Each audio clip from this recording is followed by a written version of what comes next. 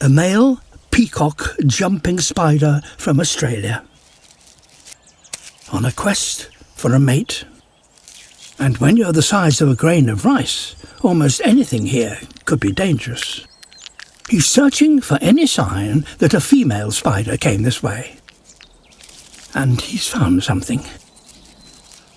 Spider silk with the scent of a female. He just needs to follow it. Other males have gone on the same quest and have come to a grisly end. Here's the female, and she doesn't look very amorous. In fact, she kills every male who doesn't match up to her expectations. What can he do to win her over? Dance.